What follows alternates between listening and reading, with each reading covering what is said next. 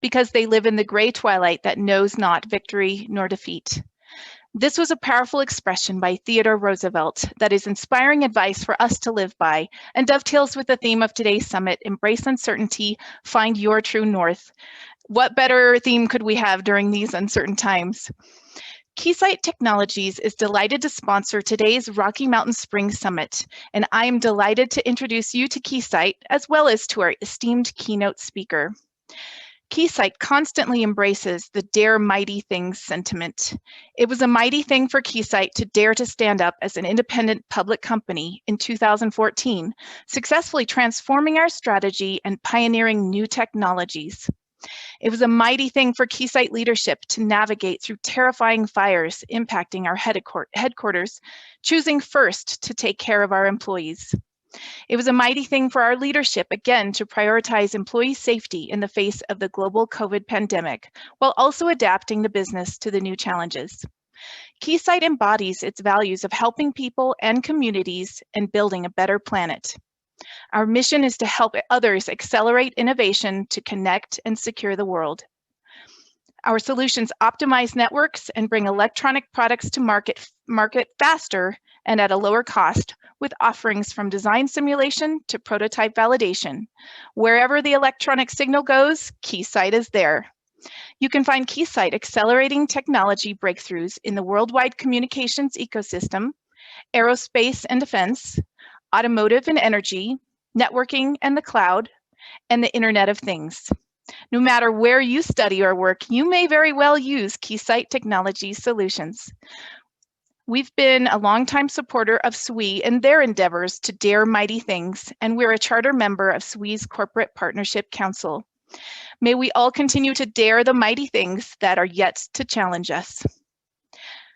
Our keynote speaker today, Dr. Heidi Steltzer, has 26 years of experience in environmental research, education, and science communication. She has conducted field studies on mountain and Arctic hill slopes in Colorado, Alaska, and Greenland to understand how healthy ecosystems provide for human well-being. She pioneered research on the impacts of earlier snowmelt to determine its impact on water supply and mountain biodiversity.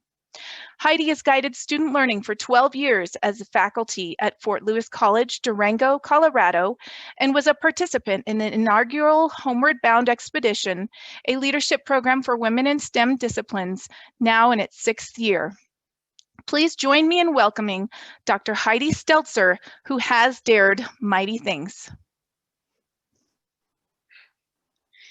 Thank you. What a wonderful introduction, including how well what you just featured for Keysight pairs with my philosophies and what I have to share with you all today.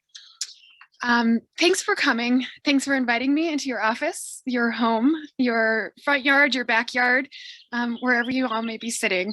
I've been giving lots of opportunities to engage through Zoom, but not that many presentations. It's a whole different space. I would love to have been present in person in Golden, Colorado, in Denver area, and had a chance to talk and interact with many of you throughout the day before giving a talk. That's my favorite part. It helps me figure out where and how I can do a better job connecting with people as part of the talks that I give. So absent that, know that, it's a new space, and I think I have something really good prepared for you today. There are going to be resources throughout the presentation listed. You may find that you want to write a few of them down, but I've also offered to Caitlin that I'm going to share all the slides with her so that anything that gets missed, you can find the links for, find the resource afterwards, and she'll find a way to share that with everyone. So I'm going to share my screen now. Oop. I'm going to first hit this.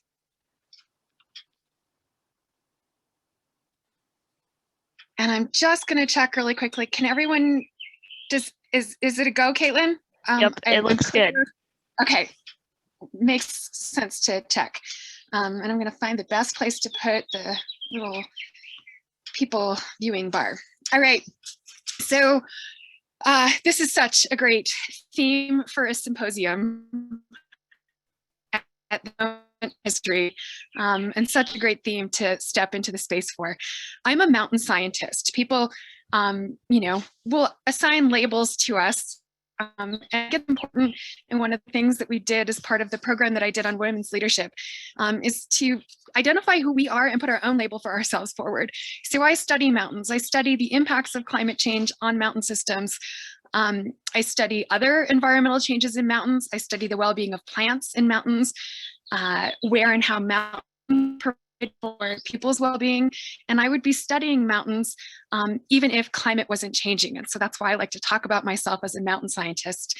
I was selected to be a lead author on the most recent Intergovernmental Panel on Climate Change report.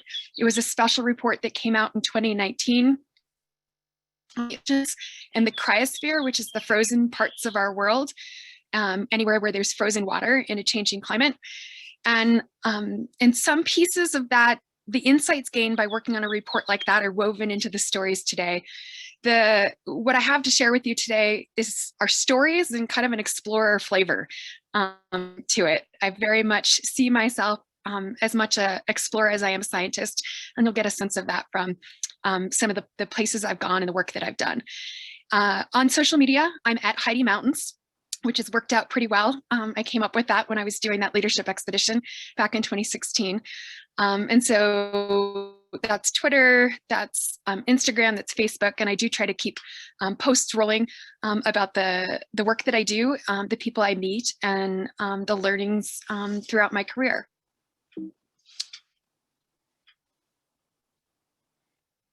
So a just world, an equal world, and a sustainable world are possible.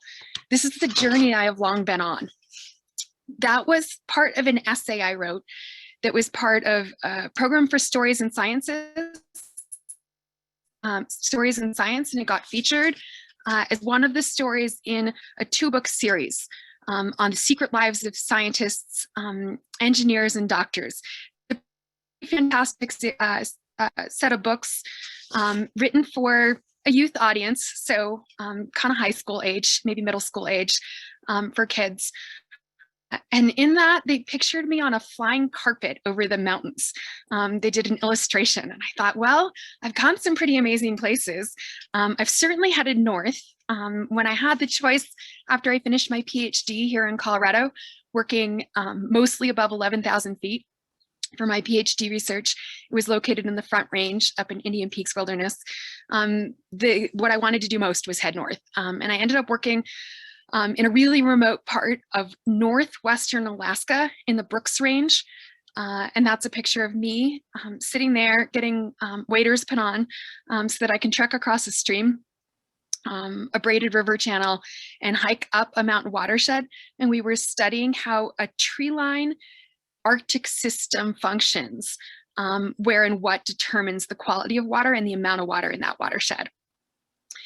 I have similarly chosen to head north, to head west, to head south, to head west, and to head east at different phases in my life. And so this idea of traveling in lots of different directions, that's really important to me.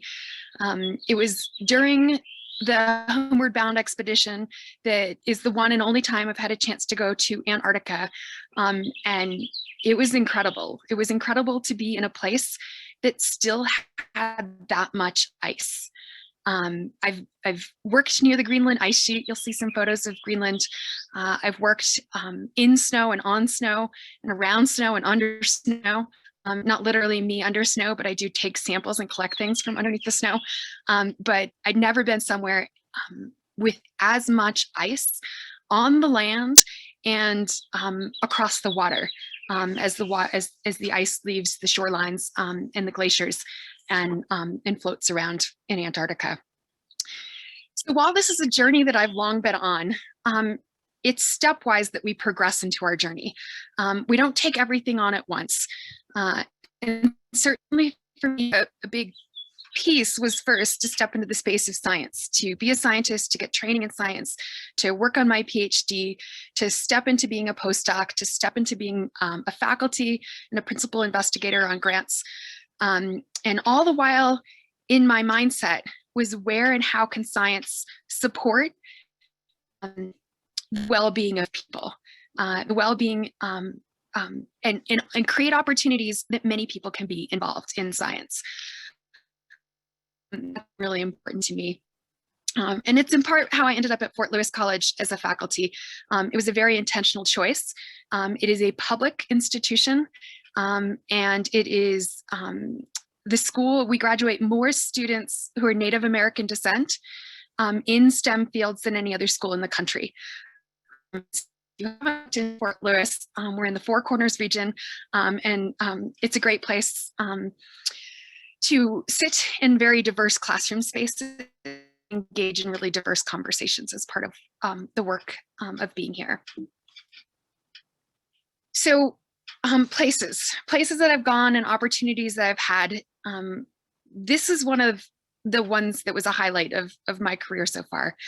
In 2003, I accepted the opportunity to work on a grant to study ecosystems in Northwest Greenland. There's a US Air Force base there. It's called Thule Air Force Base. It was built back in the 50s. Incredible feats of engineering in order to build the base, establish the base. You essentially, all of the buildings that you live in when you're there are refrigerators. They're designed after refrigerator systems, big walk-in refrigerators, in order that you can not be cold in the middle of winter. The base was put there during the Cold War era with a radar system to monitor for nuclear missiles coming over the pole from Russia. Why it was put there. It was part of a multi-series radar system. I had a chance to tour the radar while I worked there, and it's a phenomenal feat. At this point, one of the primary responsibilities of Thule Air Force Base, they still do the radar and the run the radar. It's still working. The same instrument that was built back in the 50s is still there and working. Pretty amazing how thoughtful design can be to keep something like that, to have designed it so well from the outset. But they have a satellite tracking station there now. And so they do satellite tracking and monitor space junk. They use the radar to monitor space junk, and they support scientists. So there aren't a lot of scientists there, but we were part of a team that was looking at this. What you're looking at is a polar desert. A polar desert is cold and dry. It's one of the most extreme ecosystems on Earth.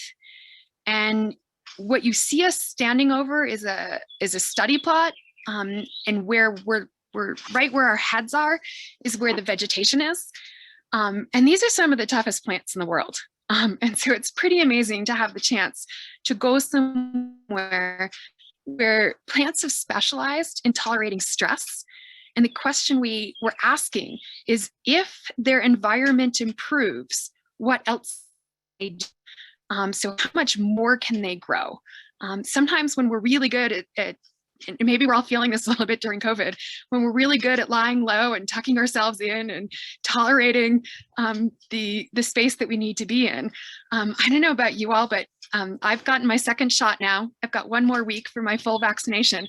I'm kind of like, ooh, what's it going to be like to step back out into bigger spaces with more people again? Because I've laid pretty low.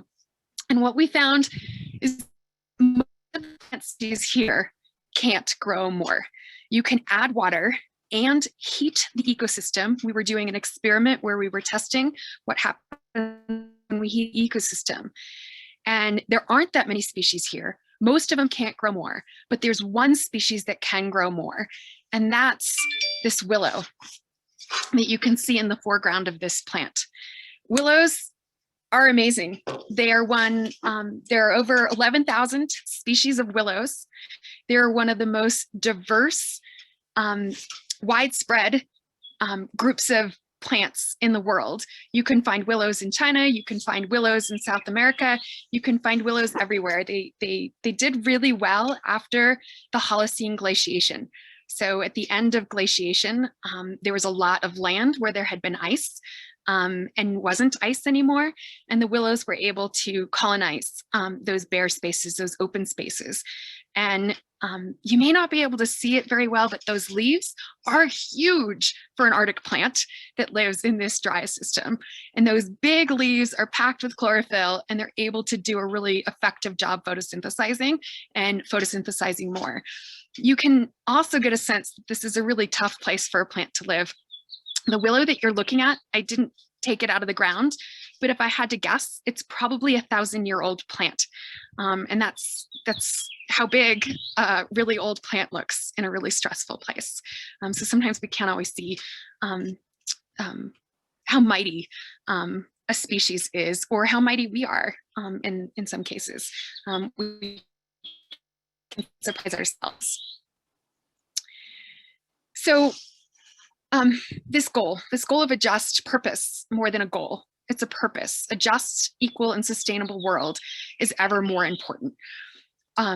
The climate system on our planet is being altered through our actions. And what's happening in Colorado is not unique to Colorado. It's happening in mountain systems around the world.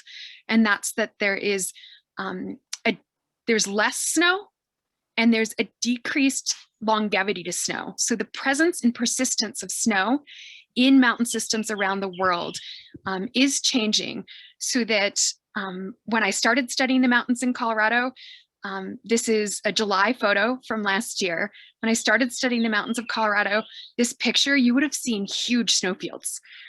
In July, in the San Juan Mountains, in Colorado, there would still have been extensive snowfields. And for me, getting back up to high places, doing research in high places, and looking at, we're looking south from the upper part of the Animas River watershed, and that's the watershed that I live in. I was expecting to see more snow, even knowing the science that I know. I go up and I'm surprised that I don't see some of the things that I'm used to seeing in these mountain systems. Our state is the headwaters for water across the entire Western US. We also are a water tower, a water resource for the Great Plains and many of the states from Texas up to Nebraska and out to the Mississippi. The water here is incredibly important for energy systems, agricultural systems, city and urban systems. And it's not just having less snow and where and how that matters for ecosystems that's important. It's where and how that changes the timing and the availability, how much water and when water is available for the communities that depend on water across our region. So water is changing enough in the West, it's in the news, that people are already at risk. And people are at risk in other parts of the world as a result of changing snow and changing glaciers. I've got a picture up there, but I'm going to tell you a couple of things first. So people are already at risk. How can we think about this? We can think about the stories that we've already heard. A story that you may have been told by a friend or a neighbor or read about in the news. We can think about our own experiences that we've had where a place has been different than what we thought it would be like. I showed you the mountains and less snow there. This is the other side of the equation. There's less water in Lake Powell. And that is my car.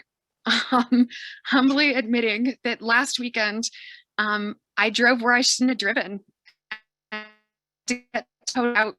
The lake levels are so low that it's surprising how far back from the water you have to stop driving in order to keep your car safe. And what I did is I drove into a dried lake bed, the silty lake bed where Lake Powell has been.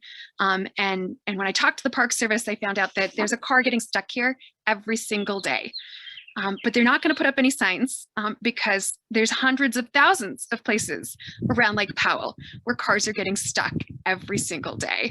And there's more, we can't put signs everywhere necessarily. And so we have to share stories. We have to have personal experiences and let others know. I posted this on Facebook so that friends who live in and around the Lake Powell region, I'm about 5 hours from Lake Powell, know not to do what I did. Since there aren't signs there, I figure it's worth sharing my story so that my friends can be more safe. So it's the stories we've heard, the experiences we've had. And this is my next statement is very much in keeping with what Keysight shared about their vision and their strategy for their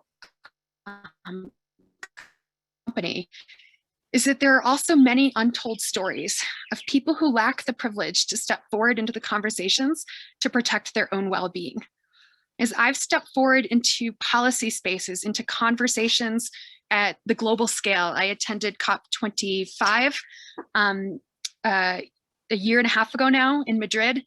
I gave several presentations and talks, and I heard from people around the world, Indigenous peoples around the world, communities in the South Pacific who were there to advocate for their well-being as their islands are overtaken by sea level rise. There are many, many people and communities who are being impacted and don't have a space to step forward and be heard for where and how their place, their part of the world is changing. As a consequence, another piece to think about related to that is that for many of these people whose voices aren't heard, the risks that their countries and their communities are facing are risks that they didn't choose. I chose to drive my car somewhere that wasn't safe for my car to go, and accepted the consequences. A pretty good hefty towing bill is what I had to pay. But it felt different at the moment that I knew I was stuck, because when I was stuck, it was just me. Nobody had told me to drive where I drove. I could have read the signs in the mud a little bit better. There were a lot of trails, tracks across the mud that made it look like people could go where I was driving. But in hindsight, I could see that it was a lot of cars that had also gotten stuck once I'd learned that. For many people around the world, the risks that they're experiencing are not by choice. And it feels really differently when we have to step forward and embrace uncertainty. And we know that the risk is something that's caused by others, and it's not risk that we chose to take for ourselves. And so that's important to recognize as we plan for things.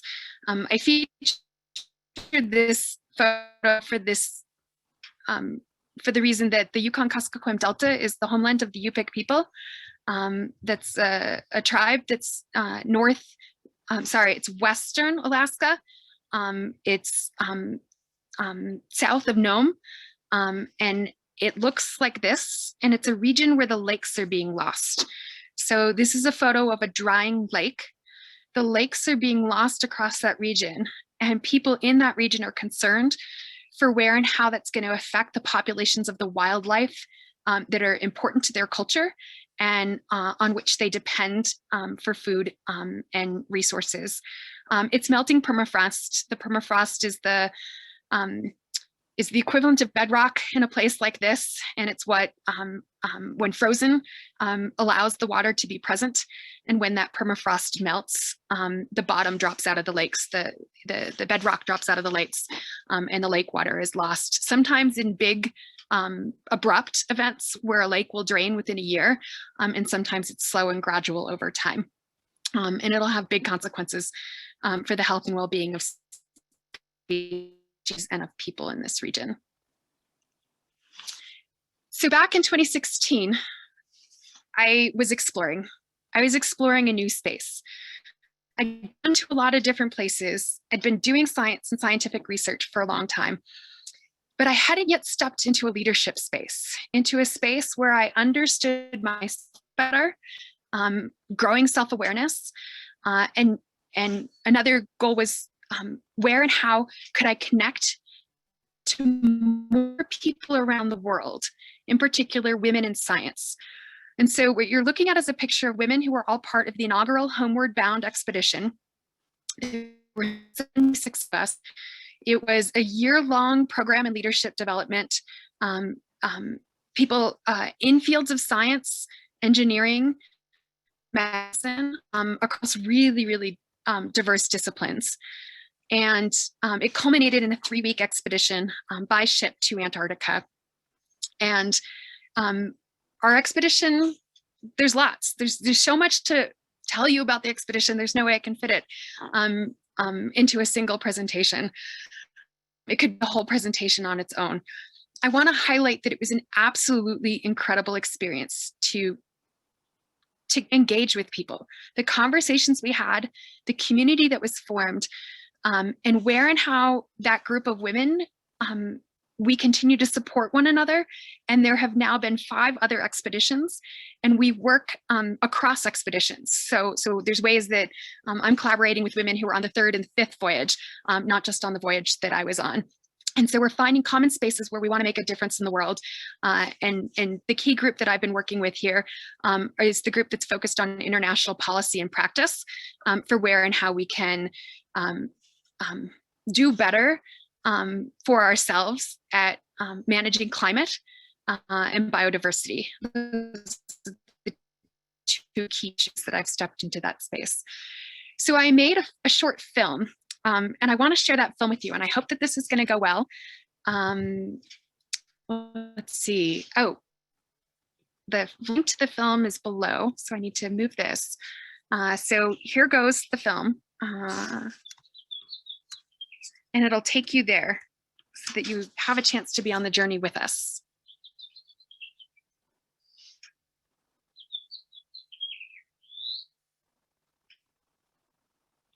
And Caitlin, do let me know if it doesn't play well.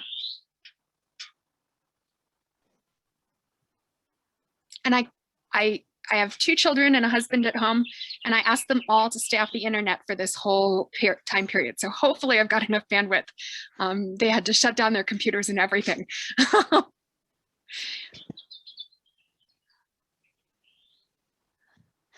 So far, we still see your slide, Heidi. I don't know if it's supposed to show the video yet. Okay, thank you. I am gonna do stop share. Can you see it now? Nope, I can hear it, but I don't see it. Oh, okay, I have one more thing I need to do. I know exactly what I need to do. Thank you for being patient, everyone. This is it. All right. Here we go. Are we good? Yep, we're good.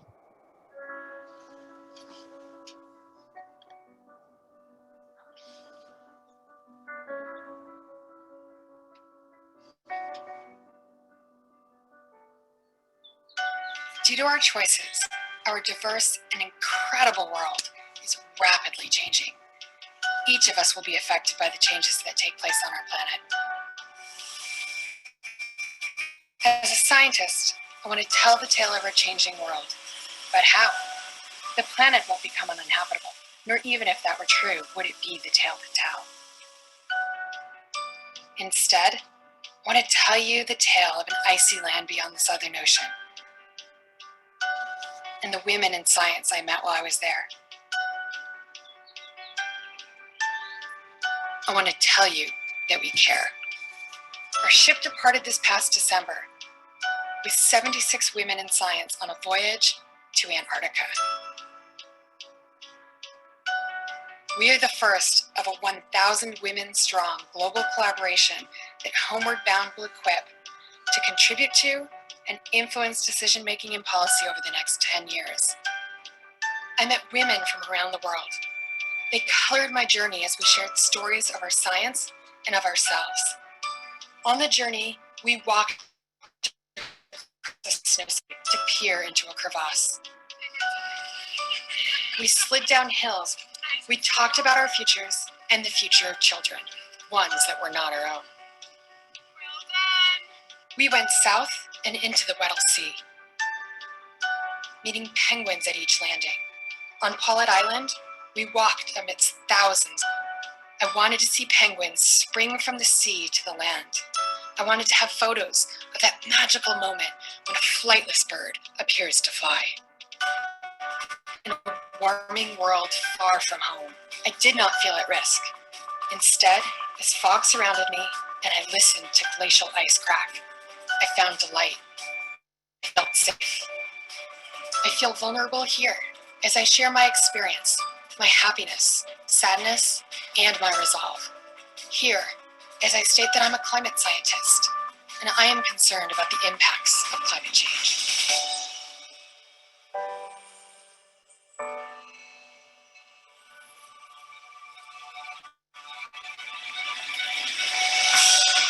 We will need to find common ground with those who argue for economy over environment, self over others. We can share with them that as our world warms, it is places we may never go that will change the most. The atmosphere and the oceans connect us all. They tell us that what happens in Europe, Africa, or Antarctica will affect Americans. They tell us we must make choices together. We live on one Earth. It may be an image in an icy land of a penguin coming to shore, or a friendship with someone of a different faith who lives on the other side of the world. These are what will help us to understand vulnerability, theirs and our own. As our Earth changes, we should not wish for our own good fortune. Instead, we need to share in the concerns of others as if they were our own.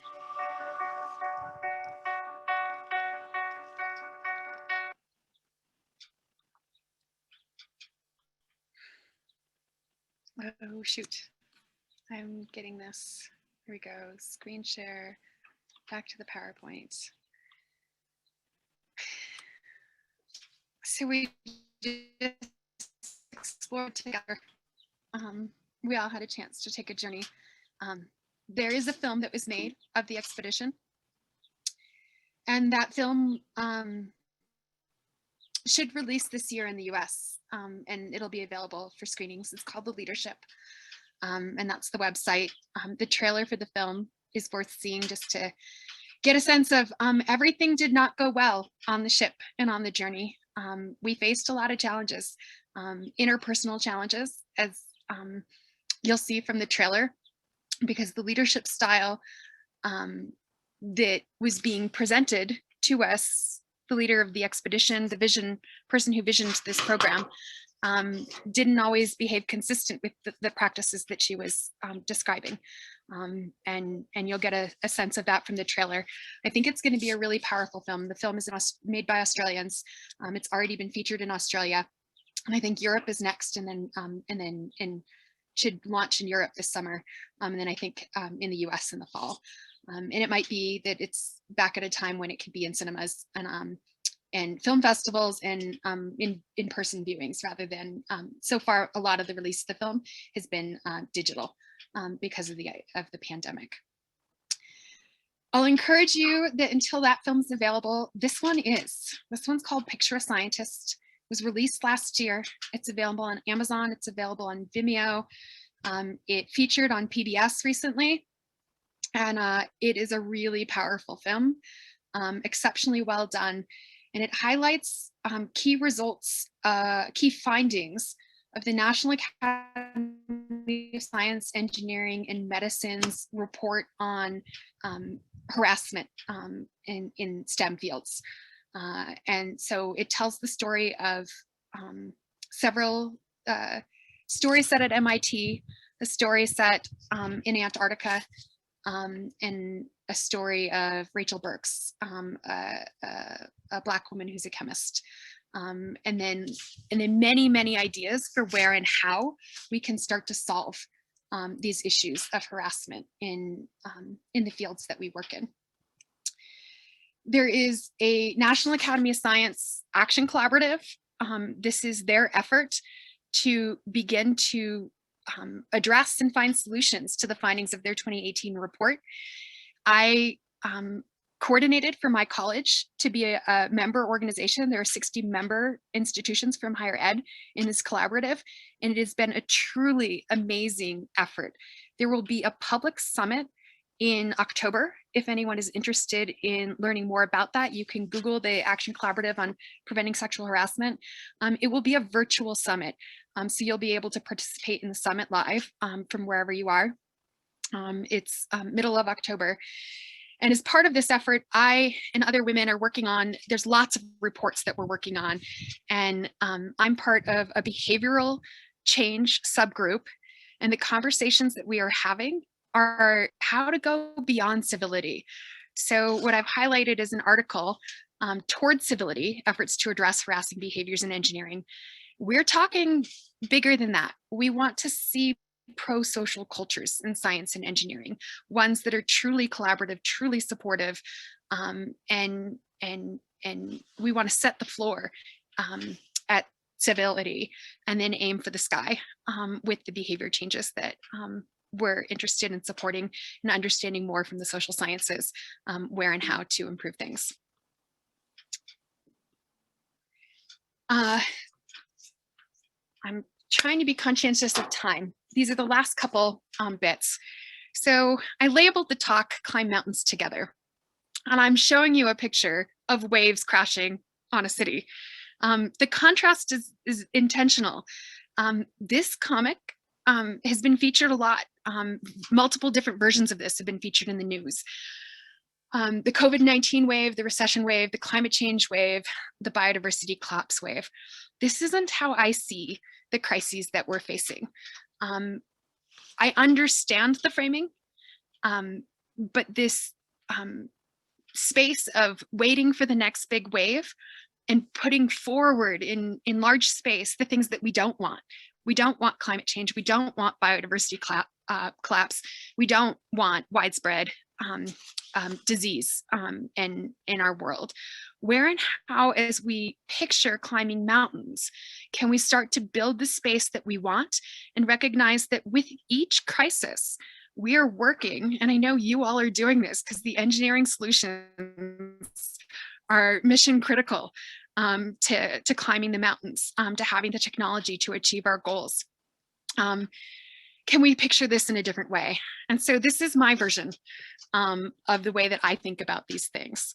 I think in terms of where and how science and engineering helps us get to having the COVID-19 vaccine.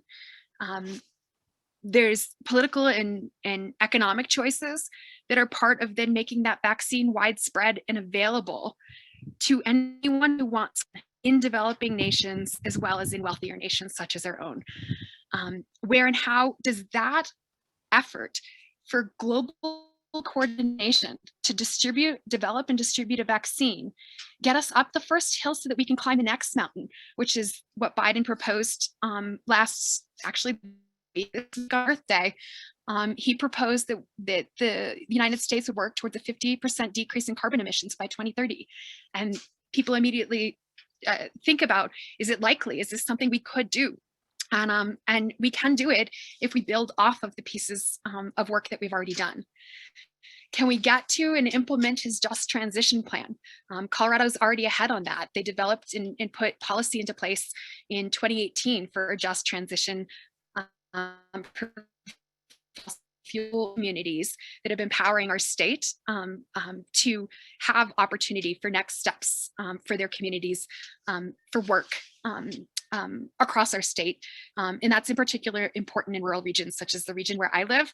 I live in a resource extraction region. A mining history and fossil fuels has been a big part of the industry and the jobs available in this region. And I can see the need to have alternatives so that people aren't without work, don't need to move and leave the community that they grew up in and love.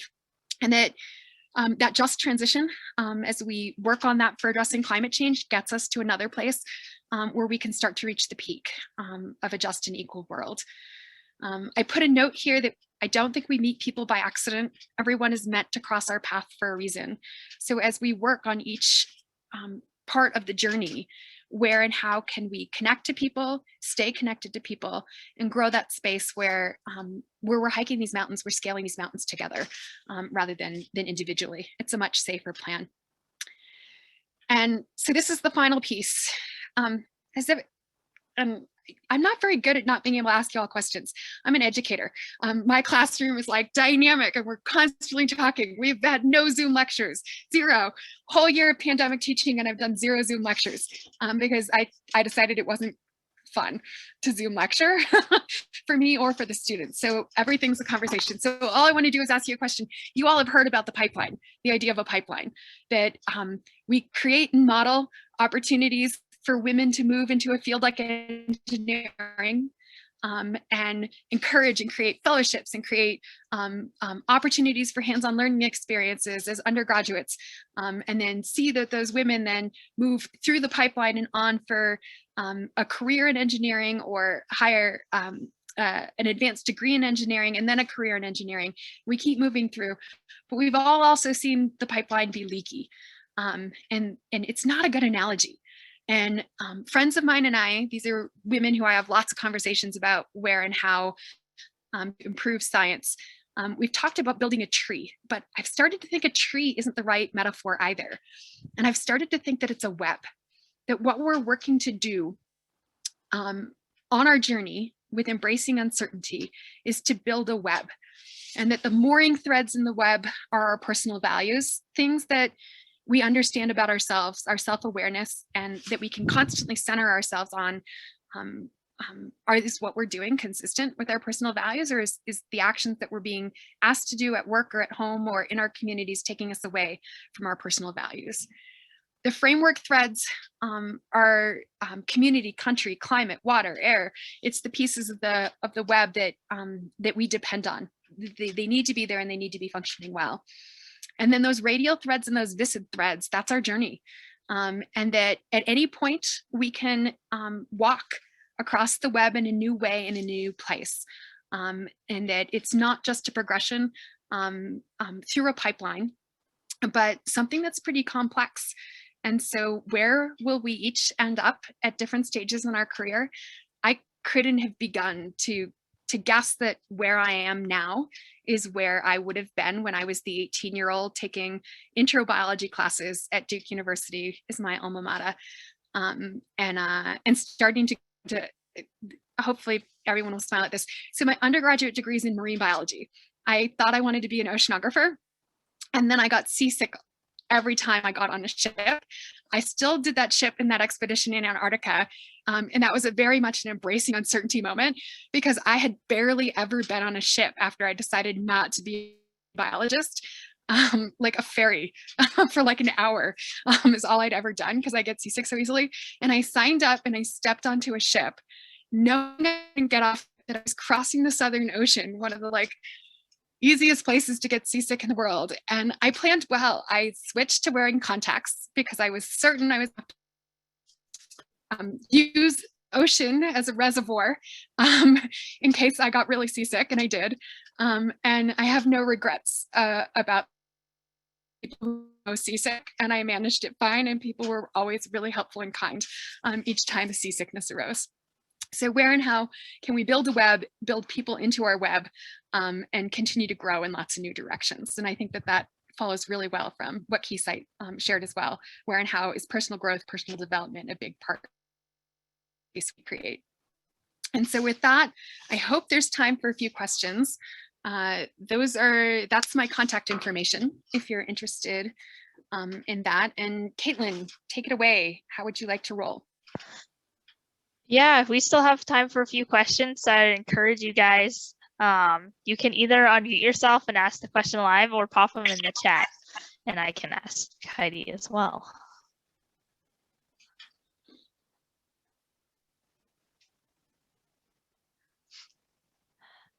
So to kick us off, I have a question for you. What is the one thing that was the most unexpected thing you learned while you were in Antarctica? That is such a good question. I didn't learn it in Antarctica. I learned it very soon after coming back. We did a personality evaluation. You answer all these questions, and then you learn your learning and communication style. And people tend to think in a why, a what, a how, or what else space. And oftentimes scientists are in the what and the how space. And actually scientists like me are often in the what space for where and how we learn and what we do, and why we find the career we do. Engineers are often in the how space. They're really good at developing a vision and a plan for how we solve the issue. And I did the evaluation, and I came up with myself being a what, and felt reassuring. I'm like, great, that's what I expected. And then I ended up in conversations with the people who who led the program often enough after the journey. And at one point, one of the women, her name's Julia, she looked to me and she's like, how did that personality evaluation work out? You know, where did you fall? And it was the first moment, it was that moment of self-awareness where I was like, it said I was a what, but I'm not a what, am I? I'm a what else? And it was, I mean, it was just, it's so weird to have for 20 years almost been hiding me from myself to step into that space of being a scientist in the world. There are not a lot of people who stay in science and do the kind of work I do, who are in the what else space, who are constantly, it's a dynamic learning space. I'm not very good about writing proposals. I'm really good about action, like getting things done, visioning big, and improvising in the field. And so if only NSF, the National Science Foundation, would give me funding, because I'm really good at improvising in the field rather than what's written technically in the proposal. And I actually have put that recommendation into NSF before, and I'm gonna do it again with new money coming into NSF now.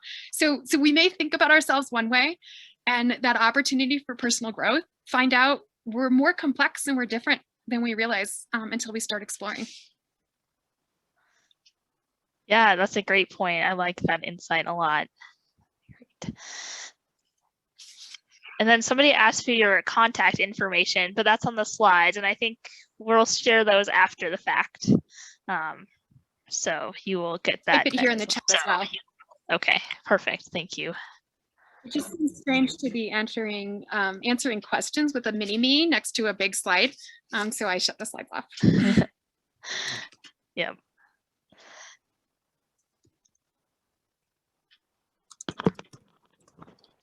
Hello. Hi, I have a question. Okay. So since you are our faculty, you have a lot of experience working with young students and young women. Based on your experience, because a topic that's been I've been very passionate about is encouraging young women to pursue STEM, and based on your experience working with these young women, what suggestions and insights do you have on helping more women pursue and stay in STEM fields? Yeah, that is such a great question. I feel morally obligated to work on improving the experience in science and in the STEM field. That's why I wanted to be part of that collaborative with the National Academies. I don't want to create that encouraging space and then and help people develop dreams and then have them face the same hurdles I've faced. It's hard to tell all the stories of what's happened to any one of us, right? And yet we probably all have some of those experiences. And so I'm committed to seeing collaborative work to change the system. Bringing on male allies is incredibly important. That's one of the things that I've recognized. I've given workshops where it's all women giving the workshop at the American Geophysical Union. And I know it's mostly a male-dominated professional society. It's all women giving, it's almost all women attending the workshop. We're not getting the real work done if we don't develop those spaces where we bring in men, and men are part, and people who identify in other ways as well is really important. So where and how do we create these spaces that, no matter our gender identity, they're welcoming spaces and everybody feels involved and a part of that. When I'm working with early career, and I teach classes at Fort Lewis, I try to understand what their interests are. Where and how can I learn more about their passion, their commitment, their purpose, and create opportunities for them to learn in the way that they learn best is a big part of the way that I teach, and to vision abilities. Lots and lots of possibilities. I think that's why I've been thinking about this web piece, is that when we see ourselves progressing towards a single goal for our career and we run into one of the hurdles, we can feel really stuck in the mud, like I felt last week in Lake Powell. And if we see other paths and we recognize other paths. And I, as a mentor, help students say, well, you could do that and you could do this. And what else are you interested in? Then when those hurdles come up, they don't feel as hard. Do you know what I mean? Yes, yes, wonderful insights. Thank you so much. All right, and we have one last question for you. So Laurelise asks, working especially on climate change, sometimes in the news or science can be discouraging. How do you balance the discouragement with the hope for the future to keep pushing you and your work forward? Thank you for asking that question. The news isn't doing us a service. I mean, it's interesting. See the stories, but the headlines, that not just the whole story, but the headlines that end up featured in the news. There's lots of reasons why the news presents information on climate change the way that it does, and some of the worst. Oh goodness, it's such a hard question to answer. So I am trying to share stories of opportunity and to vision opportunities. To be part of this workshop summit that you all are having matters to me, because I know how important the engineering is. I wish there were more stories in the news about the amazing work of engineers than about where and how little snow we're getting in Colorado, and what the consequences are for less water. I wish there were more stories in the news about the farmers and ranchers who are making different choices and adapting. So another piece is that I try to create opportunities for lots more stories to be heard. So I toured a ranch with my class. It's a landowners who 20 years ago converted water dependent agricultural system to restored grazelands. And now on those restored grazelands, one of my former students is raising goats. And there's a much longer story there, but in the end, there's greater soil stability and greater water infiltration when you put goats on restored grassland than when you don't have the goats there, or when you have cattle, or when you don't have anything grazing. So there are better stories to tell, and I keep looking to find those opportunities for solutions and promote them, and to engage with policymakers so that the funding and the resources are there for you all to do what you all do, for the agriculturalists to do what they're doing when they're making the better choices. We've kind of over-subsidized things, bad choices. We need to subsidize and provide incentives for the good choices, is the way I see it.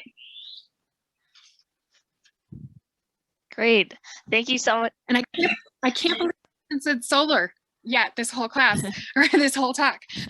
I hope that some of you all are working in solar. My husband works in solar. He's an engineer. And I just want to give a big shout out for solar. Awesome. Well, thank you so much, Heidi. Really enjoyed hearing your story and your research and all that you're working on and promoting. So yeah, thank you so much for joining us. And I will hand it over to Christy